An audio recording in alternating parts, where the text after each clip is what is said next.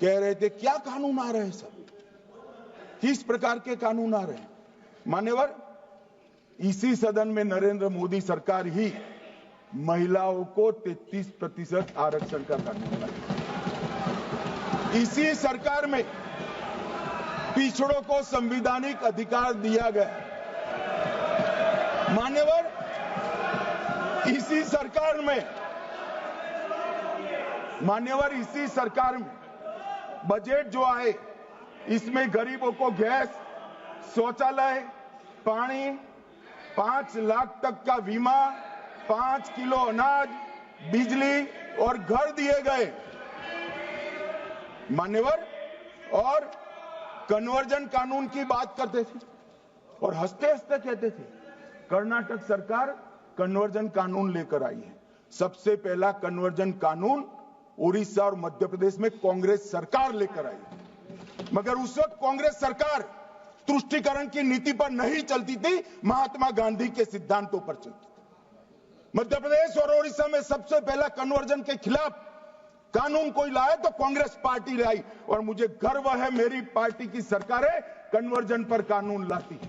मान्यवर, सबको अपना धर्म का अनुसरण करने का अधिकार है, कोई शौक से करे, मगर लोभ, लालच, भय, इससे धर्म परिवर्तन नहीं कराया जा सकता। किसी गरीब के पास खाना नहीं है, खाना देकर उसका धर्म बदला दोगे?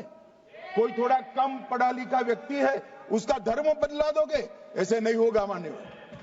और आपने भी किए हैं कानून, आप नए नए आए हो, आपको मालूम नहीं है मान्यवर, इनको मालूम नहीं, अभी अभी आए हैं 5 साल से। ये कांग्रेस पार्टी ने कानून किए थे मान्यवर। अपील का प्रावधान भी हमने आगे बढ़ाया और गैर मुसलमानों के द्वारा दान की गई संपत्तियों पर, गैर मुसलमानों की दान की संपत्तियों पर वक्फ अधिनियम को हमने लगने से मना कर दिया। माने उनके लिए चैरिटी कमिश्नर का कायदा है। ये प्रैक्टिसिंग इस्लाम, जो इस्लाम की प्रैक्टिस करते हैं, इसीलिए मान्यवर हमने ओवरराइडिंग इफेक्ट को भी समाप्त कर दिया। मान्यवर, ट्रस्ट का नियमन करने का जो कानून होता है, जैसे चैरिटी कमिश्नर के कानून में कोई ओवरराइडिंग इफेक्ट नहीं है।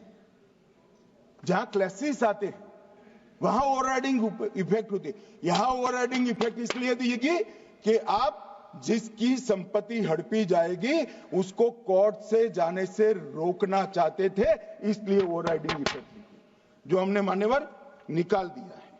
मान्यवर, एक ऐसी चर्चा लेकर आए कि चर्चा नहीं, मैं आपको बताना चाहता हूं 2013 में जो अमेंडमेंट बिल आया, जिसके कारण ये बिल लाना पड़ा, वो बिल में कुल मिलाकर 5.4 घंटे चर्चा हुई थी, 5.5 घंटे दोनों सदन मिलाकर, और इस बिल में दोनों सदन मिलाकर 16 घंटे चर्चा हो रही है मान्यवर, 16 घंटे। इसके अलावे हमने डिमांड किया समिति बनाओ, समिति भी बनाई, 38 मीटिंगें हुई, 113 घंटे चर्चा हुई, 284 हितधारक बनाए गए, वक्फ बोर्डों की संख्या जो उपस्थित वक्फ बोर्ड भी हुए राज्यों के 25 हुए, राज्य सरकार के प्रतिनिधि 15 राज्य सरकारों के आए, सांसद 8 हुए, विधायक विधान परिषद 7 हुए, और अध्ययन दौरे 3 किए गए,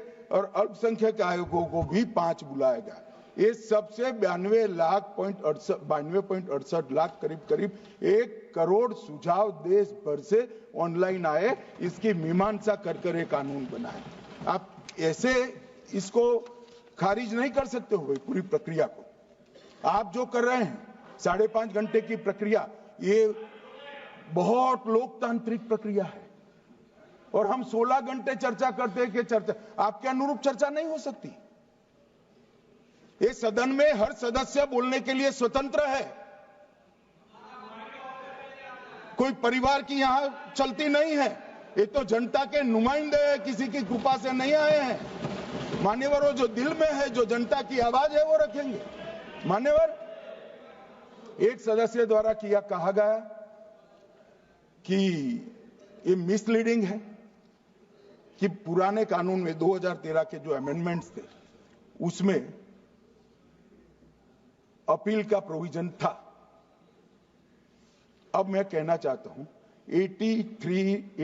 83(9) उसमें अधिकरण द्वारा किए गए किसी भी विनिश्चय का आदेश विरुद्ध चाहे वो अंतरिम हो या फाइनल, इस पर अपील नहीं हो सकती। इसका मतलब अपील का प्रोविजन आपने रखा ही नहीं था। सिविल न्यायालय, राजस्व कोर्ट और अन्य प्राधिकरण उसके अधिकार क्षेत्र पर भी प्रतिबंध लगा दिएगा और सरकारी अधिसूचना जो बाद में वक्फ बोर्ड और वक्फ परिषद के एडवाइस से होगी, इसको भी कोई चुनौती नहीं दे सकता। मान्यवर, मुझे ये बताओ कि अभी अभी फैशन है संविधान लहराने की। ये संविधान के हिसाब से सरकार का या किसी भी निजी संस्था का कोई भी फैसला मान्यवर कायदे की कोर्ट से बाहर कैसे हो सकता है? कोई भी फैसला हो, ये देश की अदालत वो फैसले तक रुचि नहीं रखेगी। नागरिक ग्रीवेंसेस लेकर कहां जाएंगे? जिसकी भूमि हड़प कर ली गई वो कहां जाएगा? ऐसा नहीं चलेगा। आपकी वोट बैंक के लिए आपने किया था, हम खारिज कर रहे हैं, हम खारिज कर रहे हैं। ऐसा नहीं चलेगा। अदालत में जाइए, जिसको ग्रीवेंसेस है इधर और साइड से, और अदालत न्याय करेगी। न्याय के लिए तो अदालतें बनी हैं। और मान्यवर, यहां एक सदस्य ने कह दिया माइनॉरिटी इस कानून को स्वीकार नहीं करेगी। क्या धमकाना चाहते हो भाई? संसद का कानून है, सबको स्वीकार करना पड़ेगा। स्वीकार नहीं करेंगे मतलब क्या है?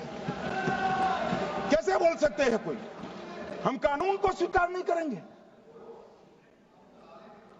ये कानून भारत सरकार का है, हर एक पर बंधन करता होगा और इसको स्वीकार करना पड़ेगा।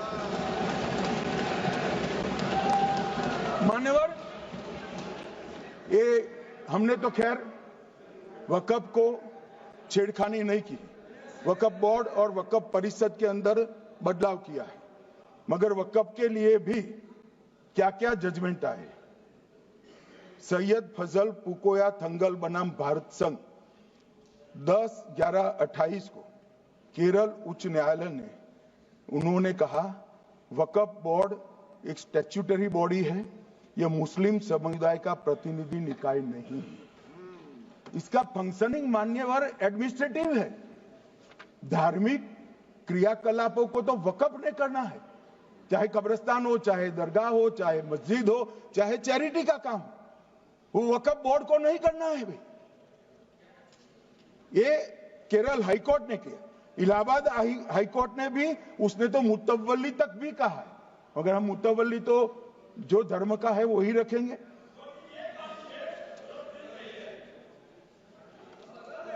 मान्यवर, इन्होंने कहा एक मुतवल्ली के कर्तव्य विशुद्ध रूप से धर्म निरपेक्ष कैरेक्टर है, मगर हम मुतवल्ली को छू नहीं रहे। मान्यवर ये कह रहे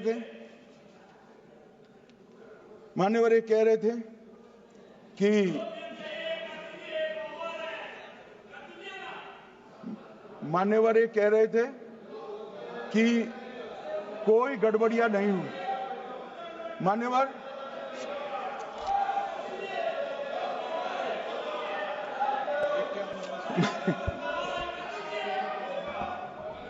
मान्यवर 2013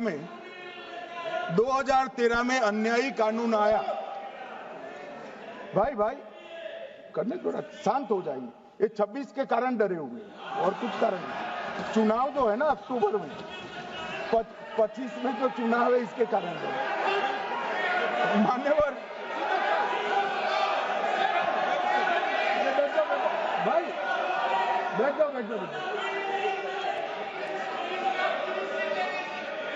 मान्यवर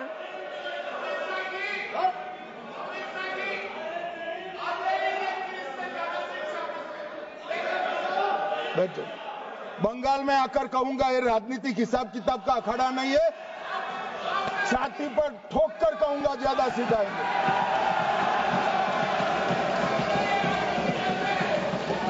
मान्यवर 2013 के, अरे बैठ जाओ वकील साहब बैठ जाइए। मान्यवर 2013 में वो भी रिपीट होने वाले हैं।